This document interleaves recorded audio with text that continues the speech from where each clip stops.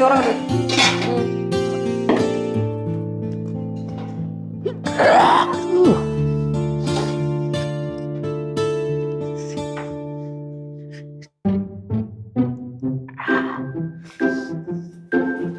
മക്കളെ ഉണ്ണിയപ്പ ഉള്ളി അരിഞ്ഞ് കരയണ നോക്ക്. ഉള്ളി അരിഞ്ഞ് കരഞ്ഞതല്ല, പിന്നെ ഉള്ളി സങ്കടമാണ്. പുള്ളിക്ക് സങ്കടം ഉണ്ടായോ? പുതിയ കണ്ടുപിടുത്തോ? വൃത്തിയായിട്ട് കൗണ്ടർ ഇറങ്ങി പോകണ്ടേ. മാമൻ ഇത്ര ഉള്ളുപാടേണ്ട സങ്കടം എന്തോന്നാണ് എന്റെ അടുത്ത് പറ, ഞാൻ പരിഹാരം ഉണ്ടാക്കി തരാം പറ്റുമെങ്കിൽ. മക്കളെ, നിനക്കറിയാല്ലേ, എനിക്ക് ഒരേ ഒരു ചെറുക്കനല്ലേ ഉള്ളൂ, രാമനുണ്ണി. അവനെ പൊന്നുപോലെ ഞാൻ വളർത്തി. എനിക്ക് കൊള്ളി വെക്കേണ്ടവനവനല്ലേ.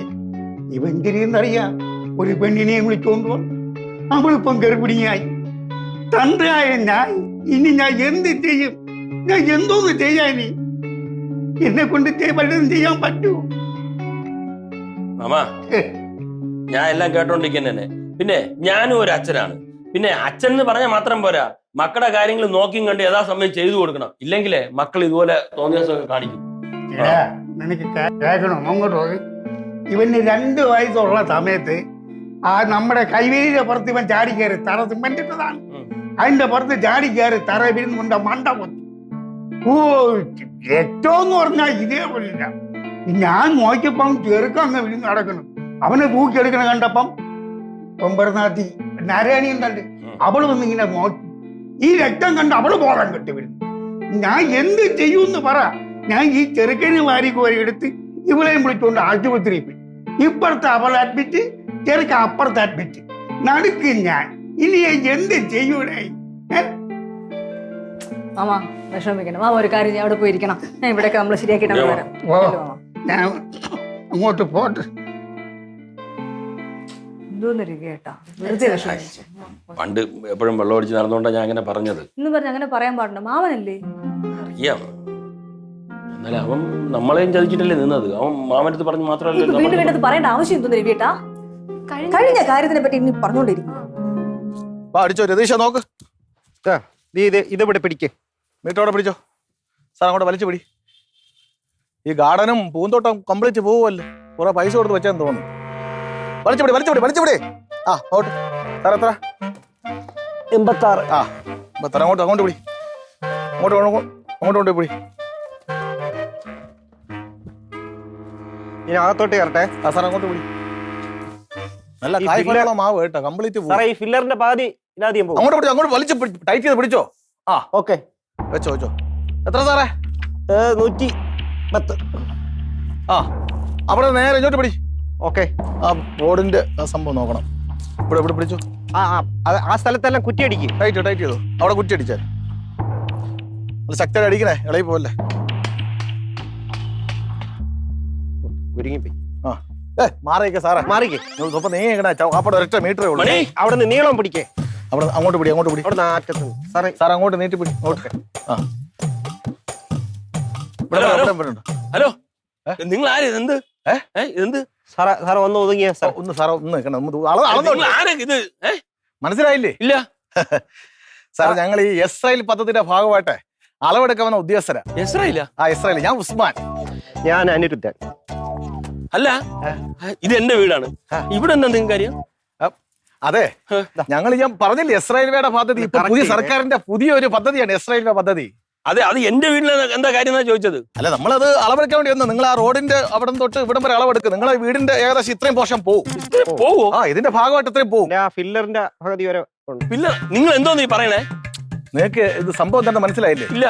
എസ് റെയിൽവേ പദ്ധതി എന്ന് പറഞ്ഞാലേ ഇനി മുതൽ നിങ്ങളെ വീടിന്റെ മുമ്പിൽ കൂടെയാണ് ഈ എസ് റെയിൽവേ പോകുന്നത്. മനസ്സിലായില്ലേ? എന്തോന്നൊക്കെ നിങ്ങൾ പറയുന്നത്? മനസ്സിലാക്കി തരാം. മനസ്സിലായത് അതായത് നമ്മളെ തമ്പാനൂർ റെയിൽവേ സ്റ്റേഷൻ ഇല്ലേ, അവിടെ നേരെ കരമന വഴി നമ്മളെ കൈമനത്ത് വന്നിട്ട് അവിടെ നിന്ന് മധുപ്പാലം വഴി നിങ്ങളുടെ വീടിന്റെ ഫ്രണ്ടിൽ കൂടെ ഈ തിരുവല്ലം വഴിയാണ് കന്യാകുമാരിലോട്ട് എസ് റെയിൽവേ പോകുന്നത്.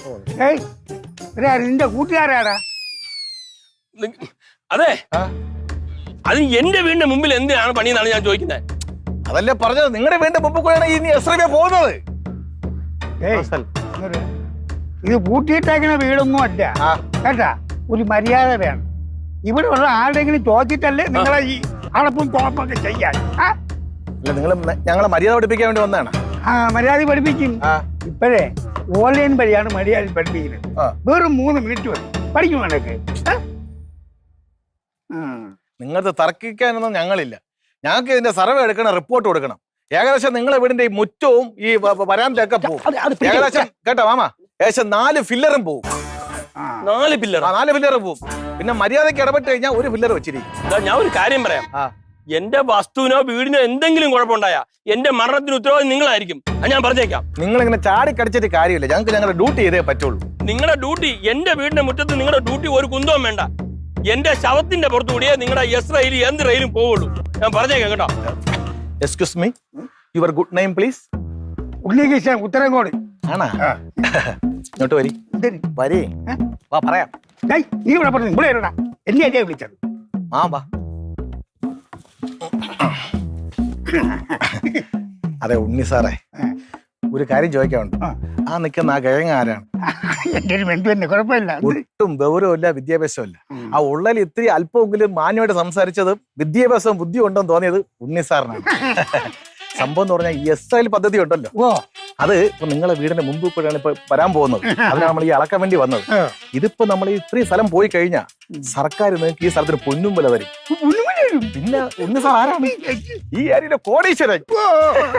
മാത്രമല്ല ഈ റെയിൽവേ പദ്ധതി വന്നു കഴിഞ്ഞാലേ നിങ്ങളെ വീടിന്റെ ഫ്രണ്ടിൽ കൂടെയാണ് കന്യാകുമാരി എക്സ്പ്രസ് ചീറി പാഞ്ഞു പോണത്.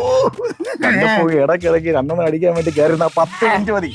അവിടെ ചെന്നിരുന്ന് 2 അടിച്ചോണ്ട് സുഖമായിട്ട് കാറ്റും കൊണ്ട് മതമാരെ കണ്ട് കിടക്കാം. എവിടെയെങ്കിലും കിട്ടുമോ ഈ സൗഭാഗ്യം? അപ്പോൾ ഇതിന്റെ ഏർപ്പാടൊന്നും ചെയ്താൽ ആ ഒരു തുണി നിർത്തുന്നല്ലേ നീ പറഞ്ഞു? നിർത്തണ്ട, അതും കൂടെ എടുത്തോ. ഞാൻ അവന്റെ അടുത്ത് പറഞ്ഞ് ശരിയാക്കി എന്ത് നിങ്ങൾക്കിത് അളക്കാനുള്ള ഏർപ്പാട് ചെയ്തെന്നാ? ഞാൻ ഏറ്റ്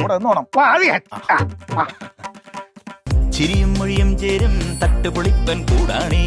എന്നിഷ്ടം നിന്നിഷ്ടം ഒത്താലോ തന്നിഷ്ടം പിടിപലി കളി ചിരിപൂരം മുരളയ്ക്കു പേര്.